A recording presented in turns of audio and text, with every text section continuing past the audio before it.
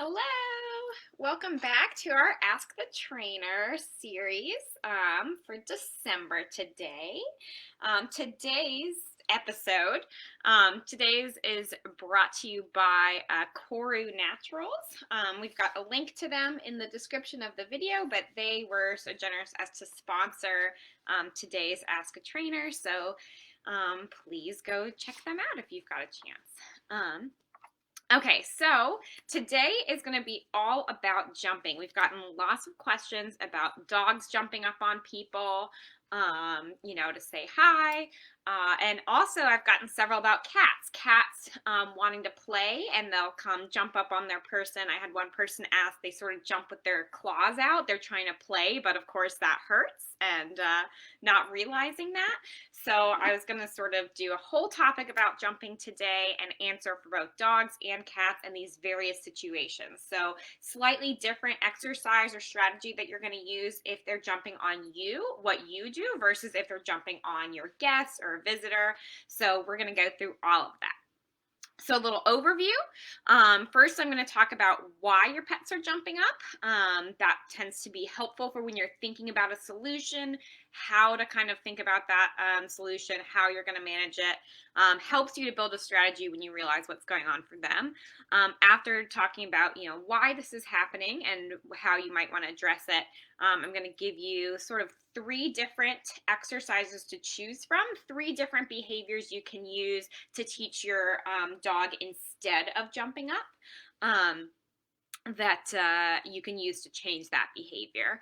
And finally, then we'll talk about adapting it for your guests, so if they're jumping on other people.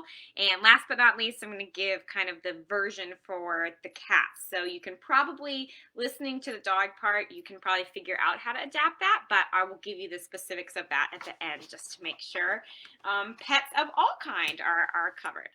Okay, so we'll jump right in, talk about, why is your dog jumping on you or your cat? Probably pretty much the same thing, trying to play, trying to get your attention. So they're just sort of trying to greet you. If our face is up here, our hands are up here, it's normal for your dogs to kind of want to greet you at your level, and they tend to seek attention when they get excited by jumping up towards you. So think of it really simply as there's really these 2 reasons why your dog might be jumping up on you to greet you, which is excitement. They're overexcited. They're really excited this guest is here, or excited to see you. It tends to happen in greeting. So it's usually something like when you first walk through the door or they're first meeting someone new. That's when you get the most jumping. You might also get it like if you have a younger puppy when they want playtime, they're wanting attention, they're wanting play, that's when they'll come over and jump on you as well. So excitement, and 2 is they want your attention. So if you think about that, then sort of the worst thing you can do is what almost everyone does, which is have this big reaction when they jump on you. So if your dog jumps up on you and you're pushing them off, you're looking at them, you're talking to them, you're saying, no, no, no, no jumping. Now you are looking at them, touching them, and talking to them, and moving in an exciting way, waving your hands, jumping around. So of course they don't speak English. So even if you're saying, no, no, no jumping, get off, as far as they know, you're saying like, yes, party time, play, love it when you jump on me. So if they are overexcited and want attention, then this big reaction is giving them a ton of attention, looking at them, talking to them, touching them, and could not be more exciting. You have turned into a giant squeaky toy if you are squeaking and yelping and running around. So this big reaction really adds fuel to the fire. If they're overexcited or nervous, and that's why they're jumping, this is going to make them way more excited, way more nervous. And if they want attention, this is working and they're getting it. So it really reinforces the behavior you don't want. So I think this is the pattern that a lot of people get stuck in. It's a very natural response from a human perspective to do this. If you are not wanting to be jumped up on, to have this big reaction, but in fact, you're reinforcing the opposite of what you want. So I think people are sometimes surprised, since I'm a dog trainer, when their dogs jump on me. I think people get really embarrassed and they start right away, oh, no, no. And I usually just don't react at all. I don't look at the dog. I don't talk to the dog. I just keep talking to the person, just totally ignore when they're jumping on me. And I think that sometimes surprises people, but this is why. If I ignore them, their excitement level is going to come down. I'm not rewarding this jump. It doesn't get my attention. And so they start thinking, okay, they calm down a little bit and go, well, how do I get this attention? That's how we're going to move to the next step. So, of course, you might be thinking, well, Melanie, you've now told me what not to do. You told me why that doesn't work, but that's not enough information. I don't know what to do to get my dog to not jump in the first place, or what do I do to teach them something else once they're jumping on me? So even though I just told you, pushing them off or yelling at them is not going to work, if I ended this video here, a lot of you would still keep doing it, even though it's not working, because you just don't have a better alternative. So I purposely did it this way because I want you to realize that's exactly how your dog feels, in that saying no is just not enough information. They're going to keep jumping on you for attention if you don't give them a better alternative.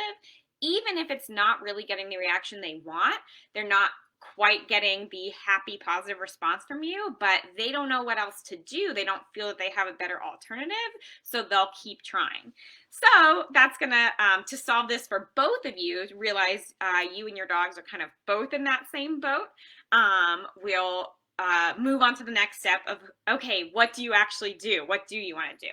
So I want you to reframe it, thinking of that, and think whenever you want your dog to not, or cat, to not do something, I want you to think about what behavior do you want. Then we're going to teach that behavior if they don't already know it, and reward that behavior and use it to replace the unwanted one. So for example, you might say, well, I don't want my dog to jump on me. A better question is, what do you want them to do? It might be as simple as not jump, in which case I would call that, standing, keeping four, we call it 4 on the floor, like all 4 paws on the ground. So then you can reward 4 on the floor. And what we'll do is teach your dog how to stand, reward that behavior, give that behavior attention and rewards. And instead of jumping, they'll choose to stand instead. So you've replaced the behavior you don't want with one that you prefer. So standing is the first one we'll talk about, but I'm going to give you 3 different incompatible alternative behaviors that you can teach. So this phrase, incompatible alternative behavior, just means any behavior that you can teach your pet to do that they can't do at the same time as the behavior you don't want. So for example, they can't have all 4 paws on the ground at the same time as they have their paws up on you, jumping on you. They can't sit and jump on you at the same time. And last but not least, they can't touch at the same time. So I'll explain that one in a bit. That's going to be the 3rd exercise we talk about. So you can choose any behavior that is incompatible with jumping up on you and teach that, but I'm going to talk about these 3 that I think are kind of the simplest and make the most sense for this. So stand, as I mentioned, is probably the simplest. Doesn't take a ton of training beforehand. It's something your dog is doing naturally. It's, standing is not very hard behavior to get. And they can't do it at the same time as jumping. So that's a good place to start. I'm going to start by talking about how to teach this, just in case, like if your dog has no training whatsoever, you can still do this from day 1, since they don't have to already know how to sit or do any other more complicated behavior. So 2 things for reinforcing a stand, or 4 on the floor as I call it. One is you want there to be a big contrast between when your dog is standing or not jumping on you and when they're up jumping on you. So first you're going to start by laying that groundwork of basically, if the dog jumps up on you, totally boring. You want to have a complete non-reaction. It's like your off button. So don't look at them, don't talk to them, stand there, with your hands still.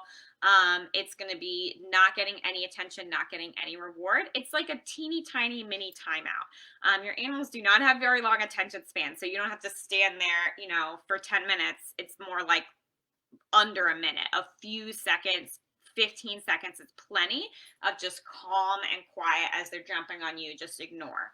Now, again, that's not going to be enough unless you show them what you do want and reward something else for them to choose. So if they run over and they're jumping on you, ignore, ignore, ignore. But the second their feet get back on the ground, even better if you can reward before they have jumped on you.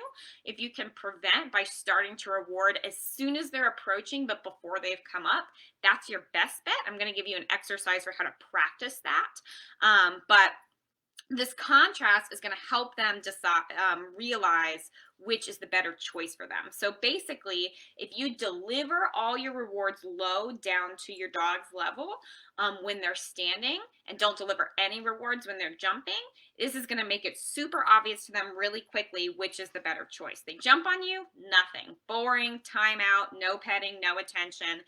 As soon as their feet are on the floor, if they want to be petted, you can reach down and pet them, give them attention, tell them they're, gorgeous. You can deliver them treats, you can give them toys. Everything good is going to come down to them so they don't have to come up to you. So that contrast is going to be really important in helping them decide, why would I jump on you if that gets me nothing? If all I have to do is walk up and stand there, everything gets delivered to me. Of course, they're going to choose that as long as you're consistent. Doesn't take them that long to catch on. Okay, so stand is going to be your first go-to. And one exercise that I really, really love to practice this, because I find it just is really effective at getting this quicker and doing that prevention piece where you're not having to wait until they're already jumping on you in order to start this exercise. One way to practice that I think works really well to kind of proactively show them what you want is what I call this sort of low reward recall. Low meaning delivering the food low, not that it's not a good reward.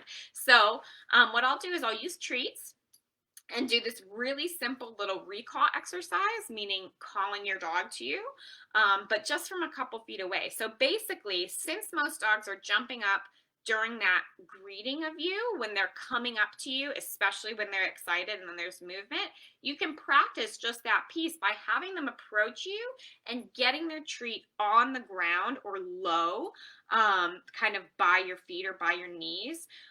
And as they approach and get that treat, they're going to start associating this pattern of approach you, this is you and this is your dog, approaching you and getting their treat low, as opposed to approach and then come up for the treats and attention. So if you can practice over and over, approach, treat low, they will start coming up to you and naturally looking down for their treat and pausing instead of running up and immediately going up. So the way to practice this, I've got an invisible dog today, but is I'll usually sort of just stand up, have the dog in the room with me, and then I will kind of excitedly prompt them, run a couple of steps backwards, kind of calling them, and as they they run those couple steps to come chase me.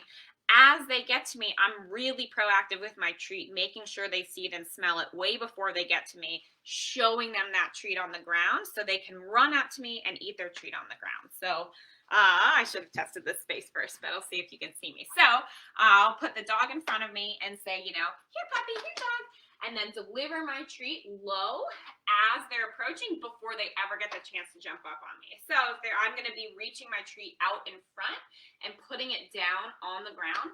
So and then I'll just kind of repeat. So I'll do like a back and forth. Call my dog, reward low, run back this way, repeat, reward low. I'll do several rounds of this, and it usually after just a couple of minutes, they are running up to me, and instead of running and jumping up, they know this treat is coming and they know it's going to come low. So they run and look at the ground or look low.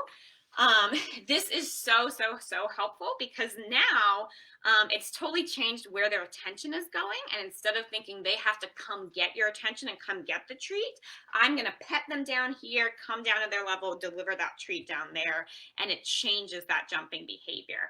The nice thing about this is you can practice over and over by using this little run exercise where they're running up to you, and you can make it even more exciting than greeting you in your real life is. So that's called sort of proofing the behavior, meaning I'm going to make it 20 times more exciting in my practice session than it is in real life. So I'm going to go, come here, puppy, yay, good dog. Be like a loony person, really excited, stomping my feet, running, and delivering that treat low. Because if they can succeed at that, they're running up, pausing, getting their treat from the ground. Then me walking in the door calmly is going to be like nothing. That's going to be so easy for them to run up and expect their treat low because they've done it 100 times at an even harder level. Okay, so that's probably it for stand. I practiced that little recall game, and the better they get at that, the easier it's going to be for them to use it kind of in real life. A very cute side effect that's not by any means mandatory, but something I actually see the dogs do on their own very frequently is what I call sliding into home. So many dogs figure out this pattern pretty quickly where they run up to you and then they're looking low for the treat. And I would say about half of dogs, when I train this with them, will slide into home. They run and actually kind of slide into a down, and they'll lay down for their treat. They do not have to do this. Standing is what we're rewarding here, but it's really cute. A lot of them figure out that treat is coming low, so they just slide into it, and I think it's like a really adorable behavior. Also super effective because a down, as we said, you want an incompatible behavior with jumping. Down is basically perfect because they can't sit and jump at the same time, but they can jump from a sit pretty quickly, whereas a down is more relaxed, more settled, further away from jumping. So if you can get them giving you this little down as they greet you, that's, to me, a big bonus. That's even better. So that's kind of the first exercise I tend to try because, as I said, your dog doesn't need any training beforehand to go ahead and start using that, and they pick up on it in just a matter of minutes. And you can practice as much as you need to. So I like that one a lot, and it's extra cute when they'll give you that down. So the most common, that's I think the simplest, probably the thing most commonly used by people is exercise number 2, which is a sit, sitting instead of jumping. That is there's some good benefits to using a sit. One is that it's usually the first thing most people have taught their dogs. So it tends to be a pretty reliable behavior. It's something your dog usually knows pretty well, something you can train quickly if they haven't already learned it, and something you probably were already planning to teach them. So I think the best thing about sit is that it's something that most dogs know well enough that you can depend upon it in this situation. Of course, if they don't know a sit, that's where I'd start. Start training a sit, get your sit as strong as possible. The more you've practiced it and the more it becomes almost automatic to your dog that they know a sit so well, the easier it's going to be for them to rely on that knowledge in a more distracting environment, like when they want to jump instead. So first train your sit. If they already have a pretty good sit, that's, I think, why it's so common to use this, because it's something you've already got in your pocket that you can pull out and use now. Probably the way I most prefer to teach the sit is basically to just slightly change the exercise I just described for teaching stand by doing the same thing, only pausing to ask for a sit. So as they're approaching you, before they get the chance to jump, ask them for that sit. And then, of course, reward. Come pet them, talk to them, praise them, deliver their treats down low, exactly the same as in the previous exercise. The only difference is you're asking them for that extra step of sitting first. If this is hard for them, if they're jumping so quickly that it's really hard to get a sit in first, you're kind of like yelling sit as they jump up on you, then you're going to want to be a little more proactive. And what I recommend is doing that exercise with the recalls first until after a few minutes, a few rounds of that exercise, they're giving you that little pause where they run up, and instead of immediately jumping on you where you need to be so fast to interrupt it, they're pausing like, ooh, is the treat coming down here to me? Even that little second pause is now enough time, and they have slowed down enough that now you have the opportunity to ask them for a sit. So I will do that same recall exercise, call the puppy to me, then as they're approaching, but when I get this little pause because first few times I gave a treat immediately before they got the chance to jump. Now that they're kind of pausing, waiting for that treat, then I'm going to ask for a sit. As soon as I get one, deliver my treat. And from then on, the exercise is now run up to me and sit, run up and sit. So from there, it's kind of similar to the previous one, but you're asking your dog for just one more step. But you can start out the same way to give them that foundation. Okay, so that is sit and stand are your first two alternative behaviors. Now I'm going to go to one that is not as commonly known by people and is my personal favorite. This is what I really like to use because I think it's the most versatile. But I don't start with it because it does require your dog to, of course, know this other skill, which you might not necessarily have taught them yet. So this is what I call touch, meaning the point of the exercise is for your dog to touch their nose, their snout to your fingers or your hand. I usually use a couple fingers just to make sure it looks really different than like a stay command. It's confusing if I do this for stay and this for touch, where I want them to move towards me or not move towards me. So I usually use this couple finger hand signal. It doesn't matter as long as what you use is consistent and clear to your dog. But that's just a little side note of something I found successful. So to teach your dog to do touch, where they're going to touch their snout to your hand, the first way you start this is just have your dog right in front of you and basically start by making it super, super easy. You're going to have no treats in this hand, just your, couple fingers, or some people want to do this way. You're going to put your fingers like right in front of your dog's nose, just barely in front of it. Don't boop them, don't touch them. Make sure they're moving to do the exercise, but just right in front of them so they barely have to move at all. And usually they'll go to sniff your hand, see if something's in your hand, and as soon as they touch your fingers, say yes, and you deliver a treat with your other hand. So I'll hold my fingers in front of them. As soon as I get a touch, yes, deliver a treat, and repeat. From there, once your dog starts to get the idea of touching your hand, by the way, this is the exact same thing. I'm saying dog, but you can teach touch to cats very easily. It's exactly the same. Fingers right in front of their nose. As soon as they touch, reward with whatever they like, toy, treat, petting, praise, whatever their favorite reward is. So you deliver that treat, and they start to figure out the pattern of touching your fingers. I tend to notice a distinct difference once your animal gets the idea. Once they understand it, you seem to get a lot more intentionality. So it's just something to watch for. The first few times they might just kind of be sniffing your hand. They just happen to get it. You're rewarding to build that pattern, but they don't really know what they're getting it for yet. Once they get it, I just notice a real difference in how they touch my hand. It's not a sniff. It's not a lick. It's like a real, they really bought me. They get it. They're like pushing this treat button. So just something fun to watch for when you're training. If you're wondering when that light bulb has gone on, it takes a fair amount of repetition for them to understand this one well. Once they're doing it well, you can have your hand further and further and further away progressively. So certainly if they've done a touch from this distance, don't move a football field away as step 2, but you can go from this distance to this, to this, to this, this, and so on and so forth.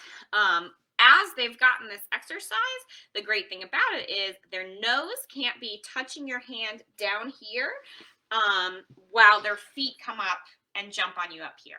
So that's where we have it become this same idea of the incompatible alternate behavior. If you control where their nose goes, the rest of their body is attached. So if you can keep their nose down here, then you've automatically got 4 paws on the floor. This is why I love touch, because it is such a versatile exercise. You basically can guide them, target them to wherever you want their nose to be, which is a really clever way of actually moving their whole body to where you want it, in a way where they're cooperating and they feel totally comfortable. So I love using touch as an anti-jumping exercise. First, you need to teach touch. Once you've done that, it's going to be similar to how we did the other 2.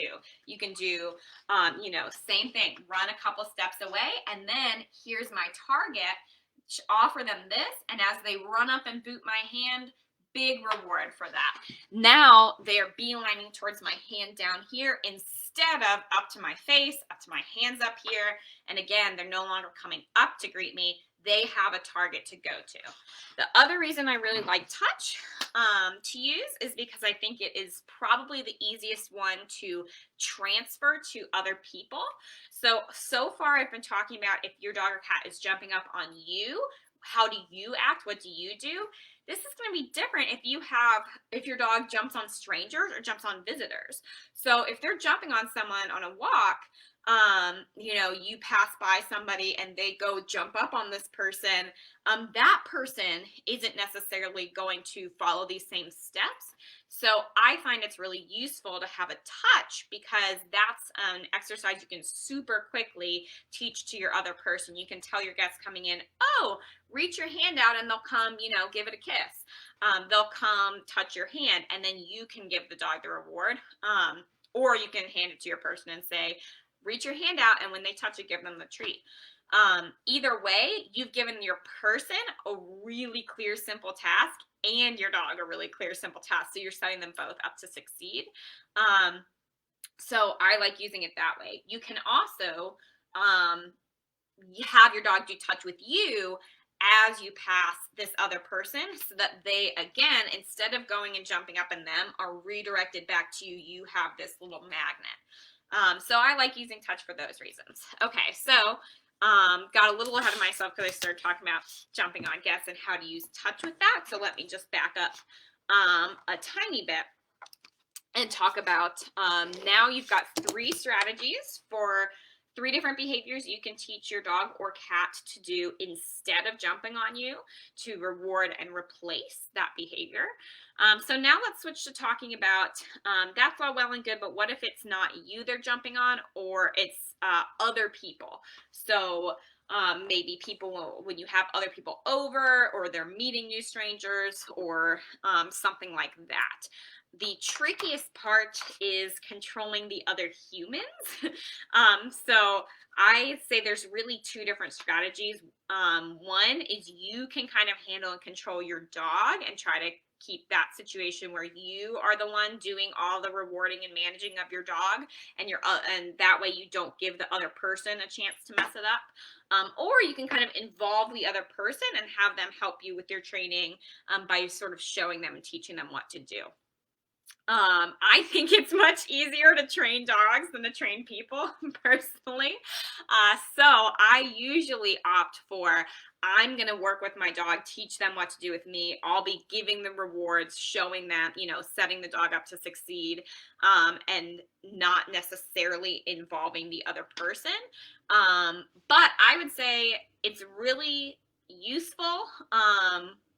What I usually do, it's totally up to you, but my personal thing is I'll probably, if it's someone who's over a lot, it's a close friend, it's a family member, you know, if your mother-in-law is over all the time, then I think it's really worth it to educate them a little bit, get them involved, and have them help you with this training, and show a consistent thing to your dog or cat. Then it might be worth it. If it's the plumber, you know, it's someone who's there one time, or it's a stranger you're passing on a walk, that sort of thing, I'm not going to involve them. I'll control my dog, I'll handle my dog, and let them handle the plumbing. If it's someone who's over all the time, it probably is worth it, because now you have given them a little education, and you've helped your dog understand that people are consistent. So, you know, let's say it's like a family member who comes and visits often. Maybe your dog's grandma, your parent or parent-in-law. If they're over all the time, I think it's worth it to explain, hey, make sure if they jump on you, you know, I'm teaching them not to, here's how we're doing it. So you might say, make sure not to, you know, pet them, or don't, you know, shriek and wave your hands. Just if you can kind of stay calm if they jump on you, or reward them, you can kind of guide them to reward them when the dog is not jumping by using whichever strategy you are. So I think that's worthwhile if it's someone who's over a lot. The nice thing about that is that, like, let's say you practice with a few friends who you trust and who you can kind of communicate with this ahead of time, your dog will start to generalize. So if you only practice this with them jumping on you, their takeaway is probably going to be, oh, my mom really likes me to sit instead of jumping, so I'll do that for her. But other people love it when I jump. They throw a big party. They wave their hands everywhere. So they might not necessarily realize don't jump on people. They're thinking don't jump on mom. So that's a nice thing about it's like if you have a few friends come, if your mom does this, dogs, aunties, and uncles are doing this, then your dog will start to realize after each person, it's like, oh, maybe humans don't love being jumped on. They all give you attention down low. They all give you a treat when you sit for them. They all know how to play this touch game. If they start to generalize that way, now your life is much easier because they have figured out that this is something to do across the board with people, and it's not just like a weird quirk that you have. So it is nice to practice this with a few different people if you have some people you can trust. Probably post-pandemic having people over. Yeah. So on the other hand, let's talk about the other strategy. So let's say, let's talk about you handling a dog if it's someone you don't want to involve, or they're not quite getting it. They're scared of dogs and they're going to have a huge reaction if the dog jumps up on them and totally set you back. Then here's what I would do instead. Let's talk about, let's say you have guests coming over to your house and this is when the dog is jumping on people. Probably what I'm going to use is touch. Have the dog come touch my hand, stay with me. And a real key here for your management is I'm going to put the dog on a leash. So this seems to blow people's minds as they think of a leash as only something you use out on a walk, but it's a great way to keep them with you and be a signal to your dog that leash basically means you're hanging out with me, we're doing our thing, and we're ignoring or kind of dealing with these outside distractions. That's sort of what I use a leash to mean. Whereas if you're off leash, go do your thing, be on your play date, do whatever you want. When you're on leash, you're kind of with me, and I want you to not worry about not be jumping on these people, these squirrels, whatever. So even if you're inside, that's a great time to use it. When people are coming in the door, don't just let your dog run up and jump on them and then you're trying to explain to them what to do quickly. Instead, I'm going to have my dog on a leash with me, a little bit a ways from where people are coming in the door, and just be rewarding the dog from me as people come in. So it's actually more of an attention exercise where I'm rewarding my dog for staying with me, looking at me, not worrying about the other people. And certainly if they're not over there, they can't be jumping on them. But the more practice I get where they're paying more attention to me and less attention to my guests as I reward and as they get the idea that this big distraction over here means rewards from mom, as they focus more and more on me and calm down and adjust to my guests being there, I'm gradually going to be able to get closer and closer and closer to my guests until they're able to have people standing right there and they're looking at me for guidance, looking at me for snacks and rewards instead of jumping up on those new people. A couple other tips. So one, I'll have my dog on a leash. As people come in, I'm rewarding generously at the beginning, slowing down my rewards as they get used to this or as they get more practice with that. And basically they're learning the good stuff comes from you. Don't worry about those other people coming in. And then having your leash to kind of not allow the possibility for them to mess up. Some other things you can do are to have something like a Kong, which is basically this little puzzle toy that you can put peanut butter or pumpkin or any sort of treats in that it takes your dog a little while to lick and get all the treats out of. That's a good activity for them to do. Like, let's say you get your people in, you've had your dog on their leash with you. Now your people are here, but they're still kind of milling about. You can give your dog a Kong either in a crate or behind a baby gate in another room or in their bed nearby where they have their own activity to do and settle. So they're busy eating their peanut butter Kong as people kind of come in and get settled. This gets you over that hump of, oh my God, it's so exciting. Doorbells ringing, people coming in. They're all new. It's all exciting. once everyone's in, settled down, maybe we're sitting, your dog might be finishing their Kong and they might be ready to they've already smelled and seen everyone. They're more ready to hang out without jumping up and being so excited. So lots of management tools. Use your leashes, use your baby gates. If your dog is crate trained, you can use that to kind of help with as people are coming in the house. That's the hardest part. Okay, so basically, the short version is, one, you can teach your guests kind of the same exercises we did at the front part and teach them, oh, if they jump on you, please just ignore them. Or you can say, hey, hold your fingers out, and if they touch it, right away reward. Or you can say, if your dog walks up and gives that person a sit, say, oh my gosh, will you give them this treat? Or, oh, please give them attention when they're sitting. So you can kind of just get them to do the same thing you're doing, if it's sort of a reliable person to do that. Your second option is it's really an attention exercise. Think of these people, these other people, as a big distraction, and you want your dog focused on you, staying away from them. It's okay to look at them. It's okay to see them, but we don't have to be obsessed with them. We don't have to be jumping on them. You're going to stay and get good stuff from me. If this is way too hard, like your dog is freaking out, they are lunging at these people on the leash, they cannot take a treat from you, then you need to practice first before people come over at a bigger distance. So what I would do is probably practice out on a walk. I might go to a park where there's people kind of like in the parking lot, but I'm far enough away that my dog can still focus on me, and do the same exercise but at a much bigger distance and where there's no pressure. It's not people in your house. You're not like trying this for the first time at Thanksgiving. So that was the other thing I was going to say, is you want to practice before you need it. It can be really overwhelming for you as the person to be trying to host and have people over and get them settled and keep them comfortable and be training your dog at the same time. I find that's way too hard, which is also why I mentioned some of these management techniques of like give them a Kong, put them in another room, because if you can't focus on both, that's why it's really good to purposely set up practice sessions where it's not like the whole family's coming over for Thanksgiving and your dog has never practiced this. How are you going to be doing all this? Of course, that's too hard. So instead, practice, all year when it's not a holiday. Say, hey, call up your friend and say, hey, will you come over, help me train my dog by just walk in the door and stand there. And then, we'll go get lunch or something. Or, practice when you're out on a walk. As people go by, your dog gets a treat from you. They're going to start building this association that other people, other dogs, distractions out there mean good stuff from you. And eventually you will see them look at the person, and instead of launching towards them, be like, ooh, person means treat from you. And they'll bring their attention back to you.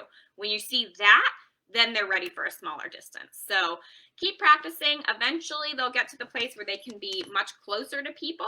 And once they can do that, still be focused on you with the person right there, then they're ready to try it in your house. So if it's way too hard, just back up a step. Okay. Build up. Yeah. So build up to your goal. Practice before it's Thanksgiving with 20 people over and food everywhere. And kind of reward this attention exercise over time. All right, so that's how to transfer it to your guests. So, flying through. And last but not least, I wanted to talk about cats. Let me read the exact question I got. Let me find it here. So, it looks like...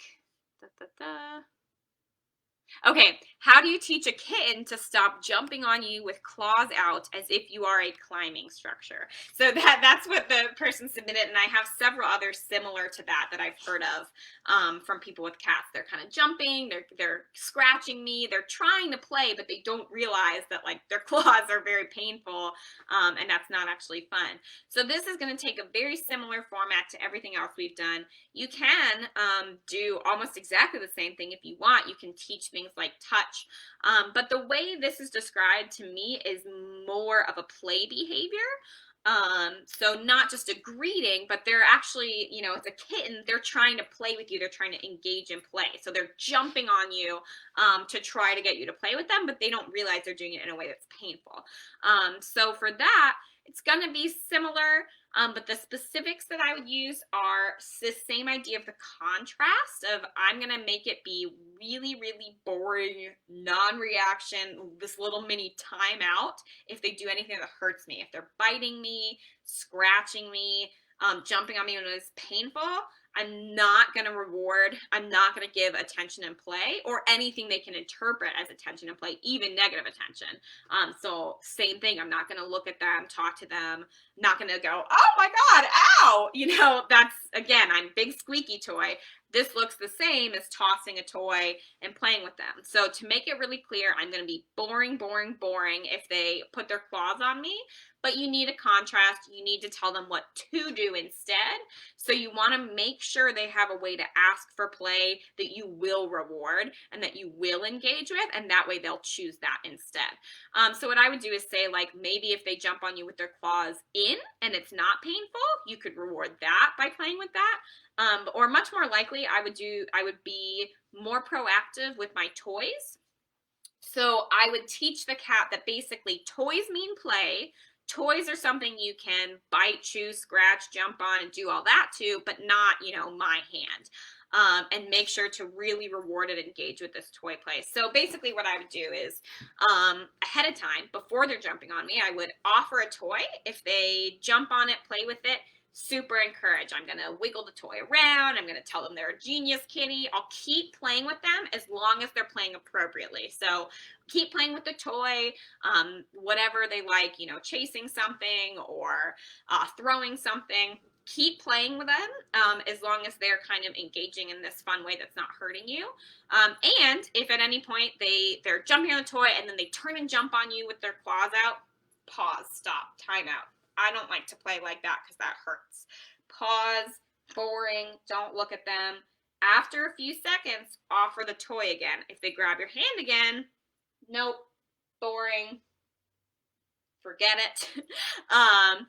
You're probably bored now. That's how your cat is going to feel. So, you know, basically that's just that little timeout, and then you can either offer another chance, or if they do it a couple too many times, like they keep coming back at your hand, say, all right, you need some time to cool down. You're overexcited.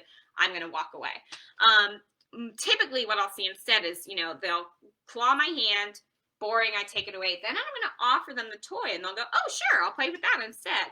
As soon as they jump on that toy, I'm going to wiggle it, throw it, play with it. So again, you're giving them an alternative. Jump on the toy, it's party time. It's party city. We're going to have, you know, a blast with that. Jump on me, meh, it stops the play. So they will very quickly, they're jumping on you to play with you, to engage with you. So if jumping on you makes those things not happen, they're not going to want to do it, but they need to know what to do. So if they can bring you their toy and that's going to be a great way to play, then they're going to choose that instead. So that was a lot. You can probably see now why I want to do a whole separate video on jumping, because there's just so much to it. There's multiple strategies. It's, you know, in different situations. But I'm hoping that should be a lot of information to kind of get you started. We practice a lot of those things since it's probably the most common question I get. I try to practice a lot of this in our classes. So if you're like, okay, I get the idea, but I kind of want to like see it demonstrated or have a place to practice with there's other people or other dogs, group classes are going to be a good option for you. And yeah, certainly if you have questions about jumping or anything else that I didn't get to today, please let me know and I'll try to include them next time. I think that was pretty broad for jumping up on people, but yeah. Okay, I do see, yeah, I see I have a couple other questions over in the comments. So I'm gonna write that one down, and in our next one, I'll try to do one at the latest. I'll do another one in January, and I'll try to address anything I didn't get to today. So thanks for all the questions. Thanks for tuning in. Let me know, like I said, if there's something I didn't cover or if there's something you're having trouble with, let us know. And thank you again to Koru Naturals for sponsoring this Ask a Trainer. Okay, thanks so much, everyone. Good to see you, and happy holidays.